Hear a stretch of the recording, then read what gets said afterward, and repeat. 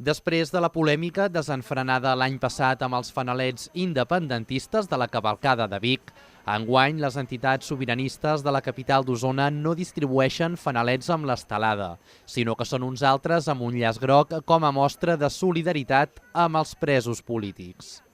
La coordinadora de l'ANC a Osona, Jess Querol, explica que la iniciativa ha sorgit d'un particular que ha assumit el disseny i l'elaboració de 2.000 fanalets, tot i que les entitats sobiranistes assumeixen la distribució.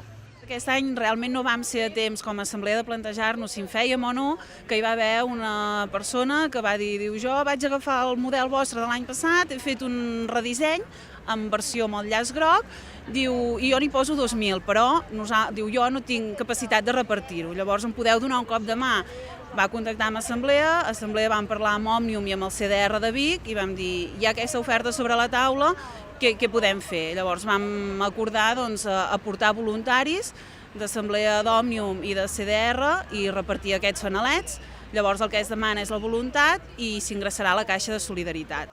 La coordinadora local de l'ANC posa d'exemples altres iniciatives que s'han dut a terme durant les festes de Nadal, com ara la col·locació de llaços grocs als arbres de Nadal o la decoració de les taules durant els àpats. Ha sigut Nadal, ha sigut Sant Esteve, ha sigut Cap d'Any, serà Reis i hi haurà persones que no podran celebrar-ho a casa. Per què? Doncs per pensar coses que a algú no els agradi que pensin això. Llavors són idees polítiques, per això no es pot empresonar gent i és una manera simbòlica de tenir-los present també en festes assenyalades com aquestes. Els Reis és una festa dels nens i pels nens, però és una manera de visibilitzar el que està passant.